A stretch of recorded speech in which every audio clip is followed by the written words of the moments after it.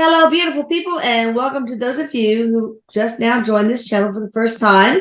Today we have with us the wonderful medium, Michelle Gray, who is channeling my beautiful son, Erik, from the afterlife. Michelle, how are you and Erik doing? I love you both. We love you too.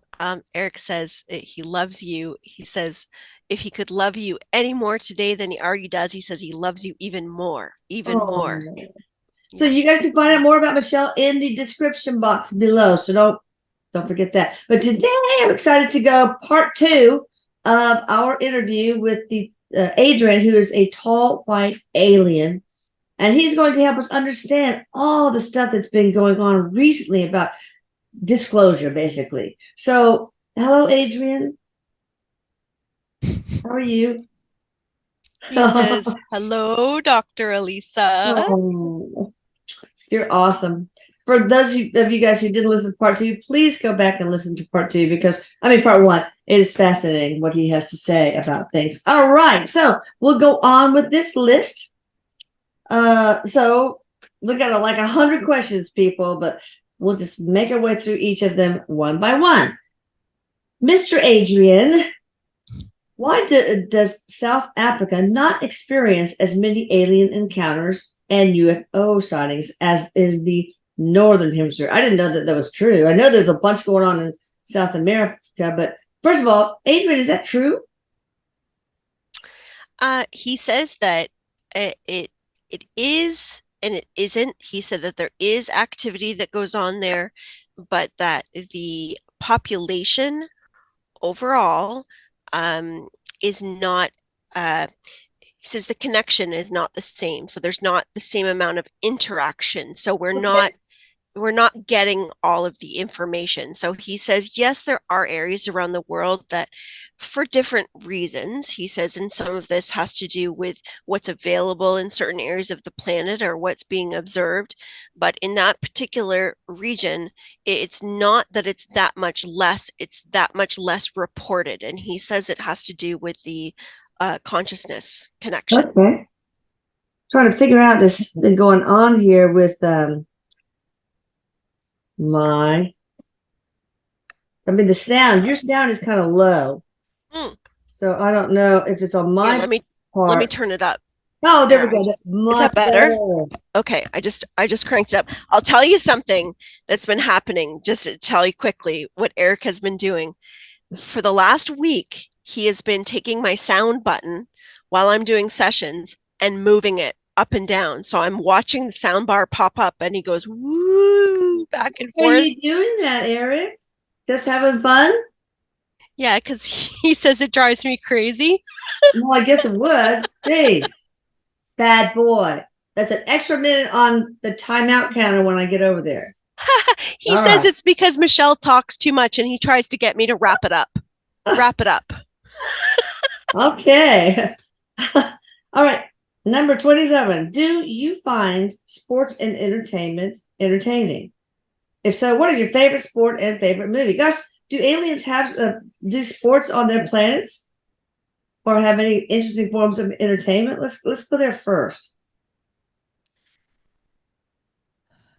He says there are civilizations that are similar to humans that do have, he says, like sports teams. They're not quite as big, he says, as we as the human race do, Yeah. meaning like televised, and like he's putting like all the whistles and bells to it. He says it's more of a interaction. Their particular species does not typically play sports. He says that we do find it entertaining to Yeah. watch how the physical body moves Yeah. and how the intent of the human being is able to play a game and move the body at the same time. Like he says that they find it fascinating Wow. how we move. But he just says with other civilizations, it is more about instinct. So he's showing like not like a ball. It's not like a. It's like being together, being in a community, And he says, not nature. There's some kind of game that they play, but I can see like what looks like lightning bugs and all kinds of little things in the air. So I'm not really sure what they're doing, but he's calling it like a intuitive activity. Oh, like you use your mind to do stuff, maybe? He says that a lot of what we do has to do with the mind, like Oh, yeah. consciousness. Yeah. So what is your favorite sport here? Oh, go ahead. You're laughing about something. What is it? Because he just showed okay, a really skinny arm, and he says, don't you think that we would look really funny if we were very active, like with big muscles? Like, so he just gave me this vision of like the skinny arm and then all of a sudden being really big, like the Oh, big muscular tall white. yeah. um he says like ice hockey, ice games they find are most Yeah. interesting. Mhm. What's your favorite movie or movie genre? If you um even watch any movies. Comedy. Oh yeah. Oh God, yeah. Rom com, Adrian, or just straight comedy. I'm just kidding. He says it depends on what he's in the mood for. Okay. Would I be picked last for these teams of these alien sports like I usually was in the kickball thing? I'm just kidding. You don't have to answer He says no. that. No. He says not a chance. He says I would pick you number 1 on my team. Oh, I wouldn't if I were you. I'm not exactly athletic. All right. Now, about 3 weeks ago, this person says, I took photographs of 4 very distinct UFOs on the same afternoon near my house in Australia. Can you please enlighten us as to how they got through the Earth quarantine? Oh, didn't know that was something. And what their purpose is. So what he's saying is that that particular moment and what you saw was like a, he says like the shield came off. It was like an unshielding, and he says Oh, that that wasn't purposeful. So it wasn't like they were doing that on purpose. He's calling that a movement between dimensions. And he says no. there's a lot of that that's happening right now because there are gateways Mhm. that are open. He says like the bridge has been built, the gateways are open. So there's a lot of movement, like passerbys passing through. He also says like they weren't coming to Earth, they were passing through to another location. And he's showing me like it's like we've arrived, but oops, no, we haven't. And like the shields have come off. Like we're here. Oh, wait a minute. No, we're not here. And off they moved again. And he's also sharing with me that they're not all of the same race. Okay. So it was like you saw a grouping. So they're And not one of them all of is in the the same. one's in the back seat saying, "When are we there?" Okay, we're here. Oh wait, we're not. Yeah. He says, nothing is perfect. He goes Oh no. directions, and he says that um, he's talking about your scalar work and he's talking about putting instructions into the field. Yeah. He says that we operate many ships by putting instructions, Wow. Yeah. whether it's a button or, but there's instructions that go in. He says it's the same way, but sometimes things are off Yeah. and things happen. Interesting. So these gateways and bridges, looking at who is that? Are they open just naturally? It's just time, or is somebody or something opening them or building those bridges right now? He says that this is something that has been like the Federation. So there's like a galactic council, and he says more than one. There's a council. It's like it has to, it's a project. It's not just one, it's like all over the place in these different locations. But what he's saying is it has to do with consciousness, but he's putting it in like different areas, like consciousness. We have to have this vibration available. We have to be in this state to then open this space. The way Oh, he's showing it to me is even though we have access to all of these different layers, and he says universes, like he's going on and on and on, wow. like there are multiple universes that we Oh, can yeah. go to. And so he says, due to he says the best way for us to understand is like tariffs. Um, uh, what's that? He's showing me like the toll roads. Yes, like Oh, toll okay. roads. Like to understand it in that way. There's been places we've not been able to go before, or ways Oh, that we've not been able to travel because of closed gateways, tariffs, and he's okay. saying other beings. So I other knew that. beings having Oh, be quiet. control. Okay. Mm-hmm. Sorry. I knew that would be Oh, a it's okay. problem. Somebody, big old truck is in the front. Okay. That's okay. I might have to mute every once in a while they Mm-hmm. bark. Okay, that's interesting.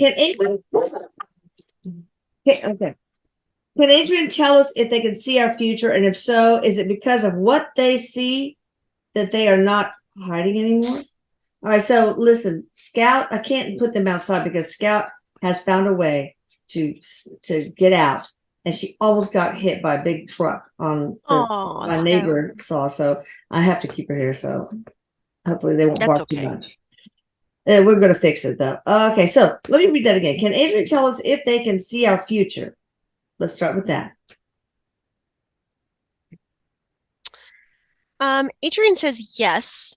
He says to a degree, Okay. because he says that right now, um, we are in a very physical state with the earth, meaning there's a lot of physical change that's happening. He says when it comes to what is happening physically at this time on earth, he says we can see uh, the way we would describe it is many available timelines, but he's bringing forth two, three timelines that are most like the highest probability is the way he sees it. He's saying that like spirit, yes, we can see, but it's a little different. So he's showing me a little bit of shadow around it. So they're not going to see everything. And he also says, we are part of this. This evolution on Earth is for us as well. It is for many. So even though they have a much bigger picture, there are still some things that are not um, completely apparent to them or that they can see uh, maybe in the way that this person is asking. Interesting. So, is there something that you have seen about our future that explains why aliens are not hiding as much as they were anymore, and disclosure is more apparent?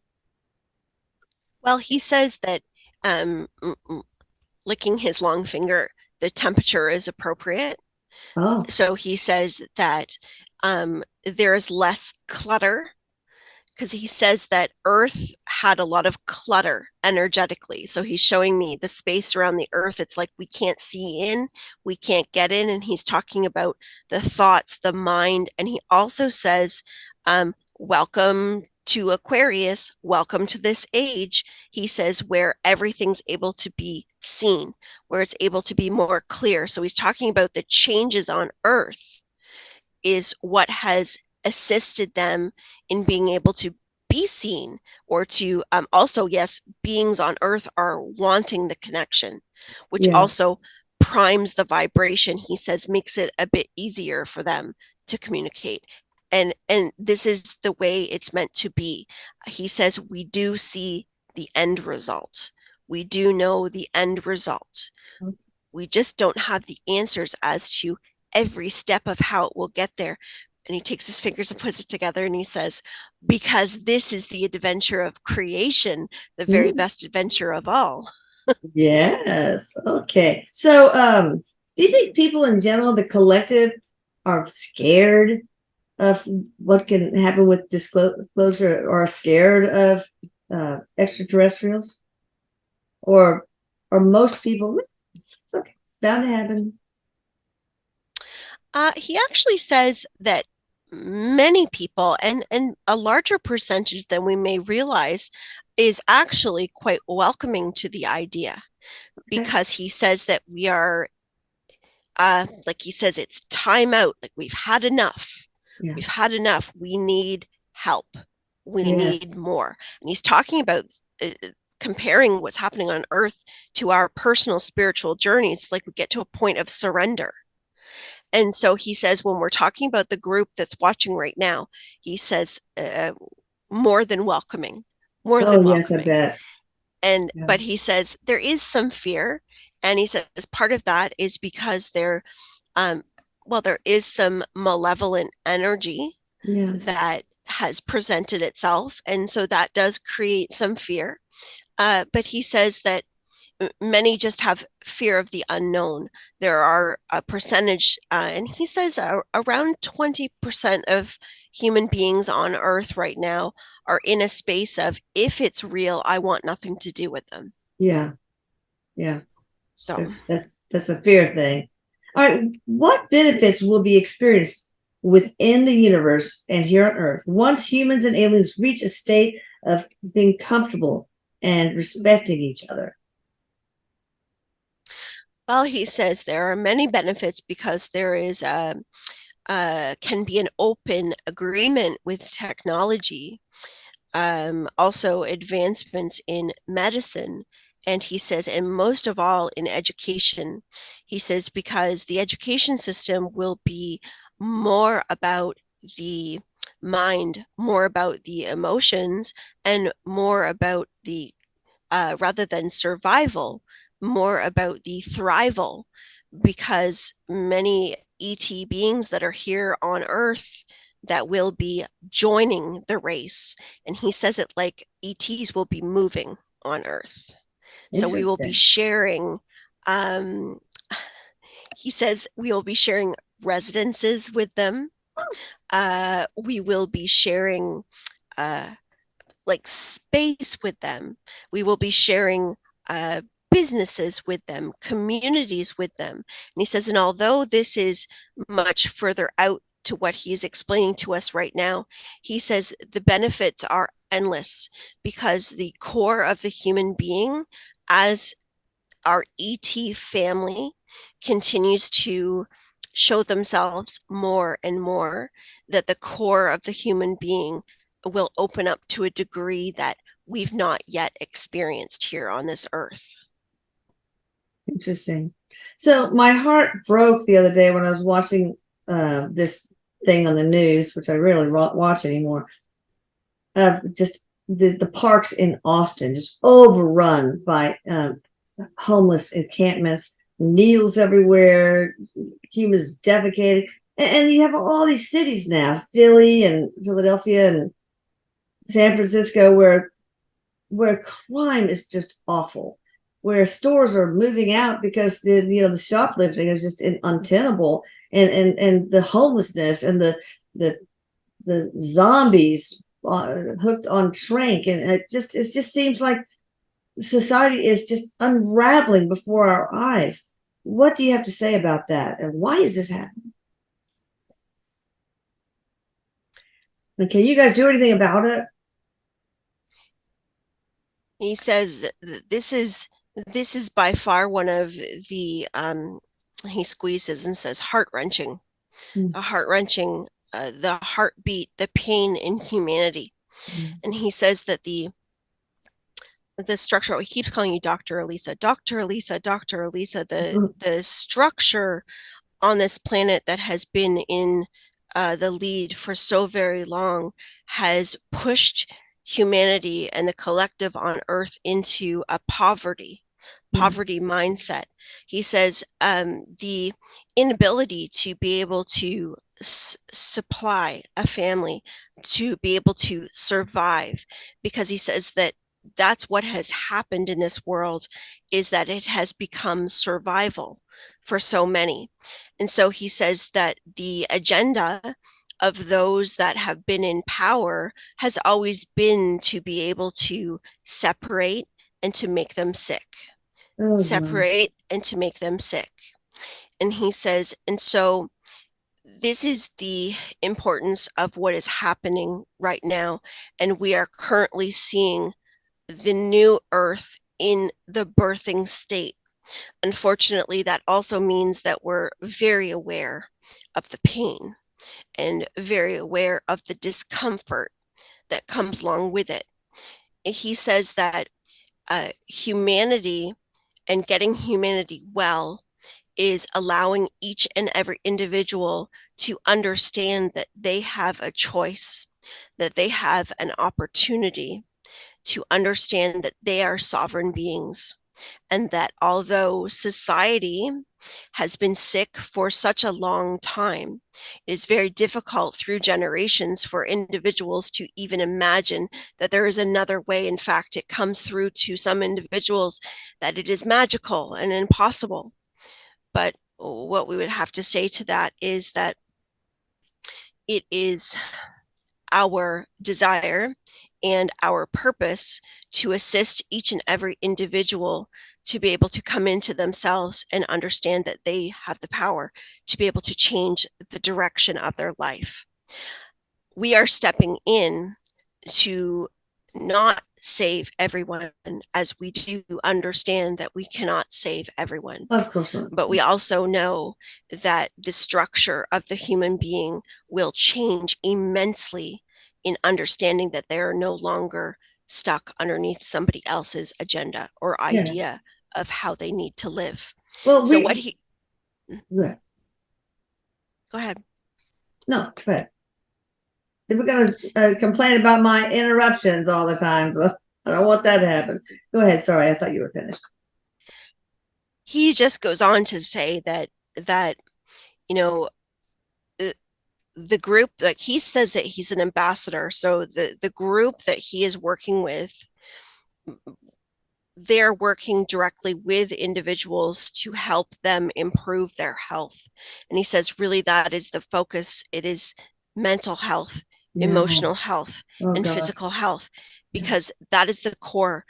If an individual is not healthy and not able to maintain health, it is very challenging. But the energy that is continuously changing each and every day on earth is supportive, but the decisions inside the mind of the human being, the belief inside the mind of the human being, that is the key to allowing this energy to come in further.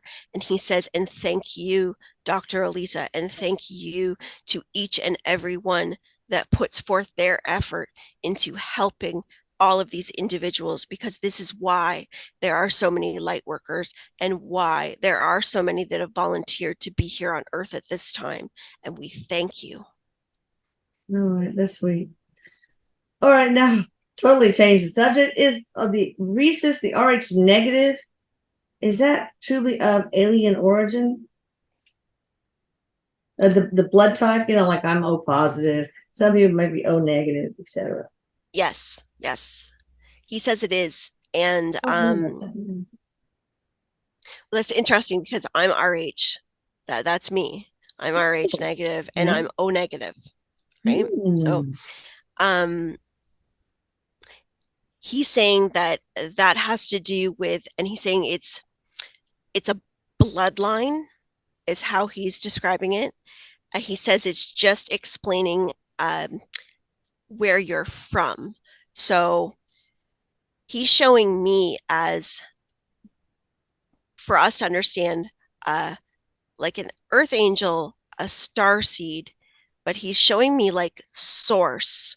And there are these rings around source. So if we're looking at source as a big pizza, the outer crust is source. And then within it are these rings that are broken away from source, but there are ETs and angelic beings that are the same.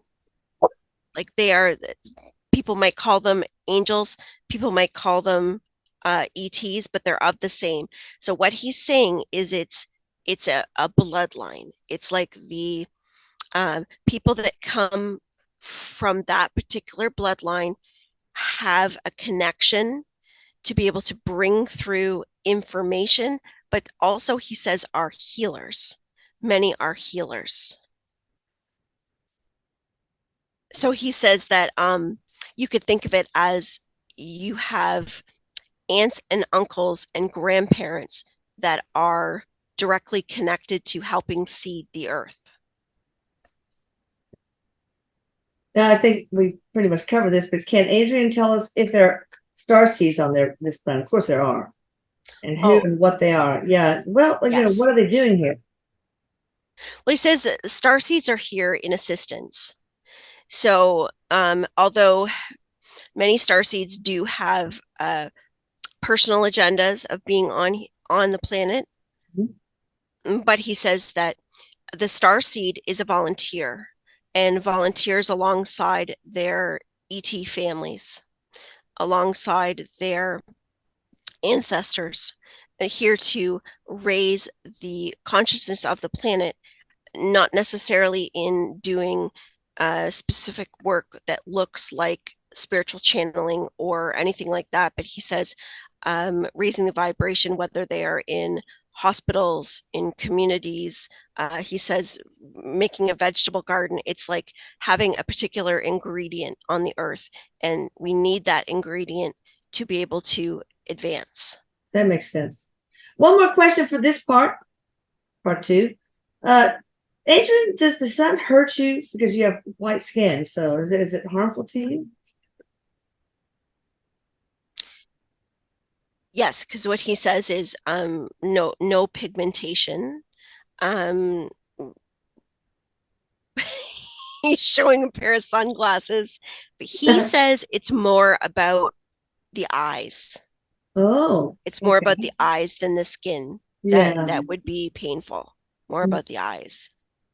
So do you have something to protect yourself when you're do you ever? Okay. He says that there's an atmosphere around them that they're able to cover themselves with, almost like a hologram, and he shows a little shield over the eyes, like a film. Okay. Looks like a bubble. Like it's got purpley, yellow, blue. It kind of looks like a bubble. A bubble does. Okay. All right. Let's see. I guess we'll close here, and we'll have part 3 in a moment. So you guys hit the notification bell so you don't miss it. Subscribe to the channel, and of course, check out all you need to know about Michelle in the description box. Bye, Adrian and Erik. I love you. Love you all. Love you. Bye. Bye. Adrian says toodaloo. Toodaloo.